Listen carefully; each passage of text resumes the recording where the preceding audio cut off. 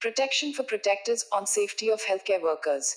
Healthcare workers should be allowed to work in an environment free of violence and abuse. Since the first case of novel coronavirus infection in India was reported in end January, many healthcare workers have been subjected to abuse and violence in the line of duty.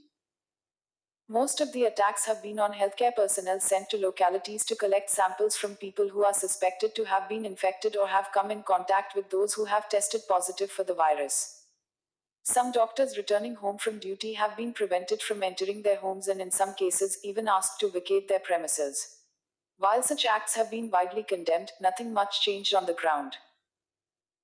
The dastardly act of a few people in Chennai who not only attacked healthcare workers but also prevented a decent burial of a neurosurgeon who died of COVID-19 complications on April 19 shook the nation's conscience.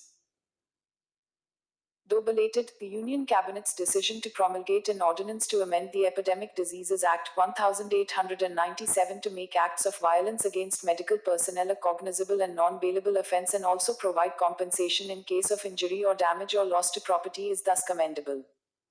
Very often, the abuse and violence against healthcare workers after the outbreak of COVID-19 in the country has been due to fear and ignorance. The communal color given to the COVID-19 epidemic after the large religious congregation was held in mid-March by the Tablighi Jamaat in Nizamuddin, Delhi initially led many in the community to avoid coming forward to get tested. In many cases, the fear of stigma and isolation resulted in attacks on healthcare workers who had gone to collect samples from those who were part of this congregation. In other instances, the wrong messaging that getting infected by the virus meant certain death in order to achieve maximum compliance with the shutdown unwittingly led to a fear psychosis. Negative messaging, especially of the kind that induces fear and stigma, has always been counterproductive, as seen in the early days of the HIV/AIDS awareness campaign in the country.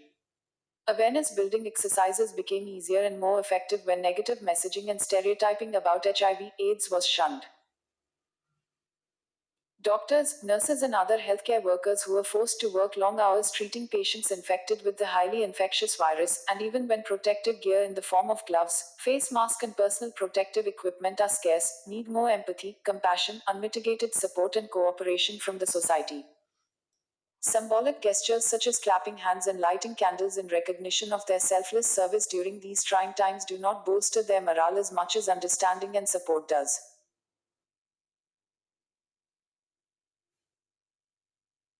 Rapid failures on antibody testing kits. Significant error rates for COVID-19 antibody testing kits underscore the need for caution.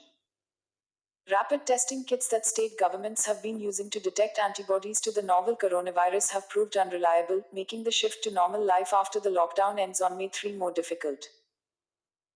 Governments around the world have been looking for an accurate blood test that can tell people if they have immunity through past COVID-19 infection and can therefore return to their duties to kickstart the economy. While the diagnostic RT-PCR test to confirm the presence of the virus using a nasal swab in a laboratory setting is considered reliable, attempts to design a rapid test that uses a blood sample to find antibodies after past infection have thrown up errors in as much as a third of cases. A study in the UK showed that they were high on specificity, accurate in cases that they found to be antibody positive. But they still missed about 30% of positive cases, showing low sensitivity. This is the phenomenon burying India, which has imported several 100,000 rapid testing kits, and its experience is shared by the US, UK, Spain, and other countries. Rajasthan had laboratory confirmed COVID-19 positive cases not being detected by rapid testing kits. Several states have independently ordered thousands of kits, mainly from China, and are in a quandary. The ICMR has advised states to whom it distributed kits that they could be used for surveillance testing, rather than to make medically important decisions. Narrowing down the test to reliable methods is the challenge, and the WHO, along with its collaborating centers, is working to identify them. The results will be crucial in all countries, including the US. White House Coronavirus Task Force are looking at serosurveillance, the process that will determine the status of the population on COVID-19. An exit from lockdown and other public health measures depend on such testing.